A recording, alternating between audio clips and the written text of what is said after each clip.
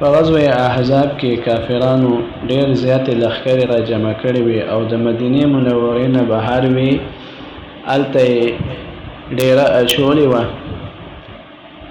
صحابه کرامو هغوی مبارکانو ته رسول الله صلی الله علیه و آله وسلم هغوی ورته حکم کړی و چې تاسو یو خندق جوړ کړئ. نو د مدینې منورې کم طرف نه چې کفارو حمله کولی شوه، هلته صحابه کرامو رضی الله عنهم هغوی خندق جوړ کړی او د خندق د حفاظت دپاره هغوی ولاړو چې کافران د خندق دا عبور نه کړي او دوی مدینه منوره باندې حمله ونه کړي. کافران چونکې ډېر کثیر تعداد سره راغلي وو، ډېره لښکرې را جمع شوې وې د کفارو او مدینه منوره باندې حمله کوله. نو دغه حفاظت په وخت کې یو ځل د مازدیګر لمونځ قضا شو. چې د مازدیګر لمونځ قضا شو نو حضور صلی الله علیه و آله وسلم هغوی ته کافرانو اذیتونه رسولي وو. په طایف کې حضور صلی الله علیه و آله وسلم ته کافرانو ضرر رسولی وو. په غزوه احد کې د رسول الله صلی الله علیه و آله وسلم غاښونه مبارکان شهیدان شوي وو.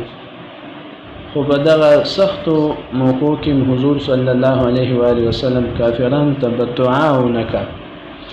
خو دغه غزوه کې د مازدیګر لمونځ قضا شو نو رسول الله صلی الله علیه و آله وسلم ډېر خفه شو او بیا کافرانو ته بددعا وکړه. نو مازدیګر د لمونځ دا ډېر ضروري لمونځ دی.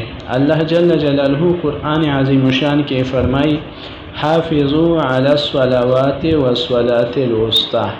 الله پاک فرمایي چې تاسو حفاظت وکړئ د لمونځونو او د صلات وسطا حفاظت وکړئ، یعنې د مازدیګر د لمونځ د دې هم حفاظت وکړئ. نو د مازدیګر د لمونځ دا یو ضروري او یو اهم لمونځ دی او دې باندې د دې اهمیت دا ډېر زیات دی. په دې باندې هغه زورنه دا ډېره زیاته ده. نو د دې لمونځ به سړی حفاظت ډېر کوي چې دا لمونځ قضا نه شي. د لمونځونو به سړی حفاظت کوي، یعنې دا به په خپل وخت کې ادا کوي او په صحیح طریقې سره به ادا کوي، په ښه طریقې سره د لمونځونو به حفاظت کوي. او بیا صلات وسطا جمهور مفسرین هغوی دا وایي چې د صلات وسطا مطلب دی د مازدیګر لمونځ. نو د مازدیګر لمونځ به سړی خاص خیال ساتي. لمونځ دا یو اهم او ضروري عبادت دی. د اسلام قبلولو نه بعد، د ایمان راوړلو نه بعد چې سړی کلمه د لا اله الا الله محمد رسول الله صلی الله علیه و آله وسلم وایي، دې نه بعد د ټولو نه ضروري څیز هغه لمونځ دی. لمونځ قایمول دی. لمونځ دا فرض عین دی په هر مسلمان باندې چې هغه عاقل او بالغ وي. بیا چې سړی لمونځ ادا کوي نو کوشش به دا کوي چې ښه طریقې سره ادا کړي او جمع سره ادا کړي.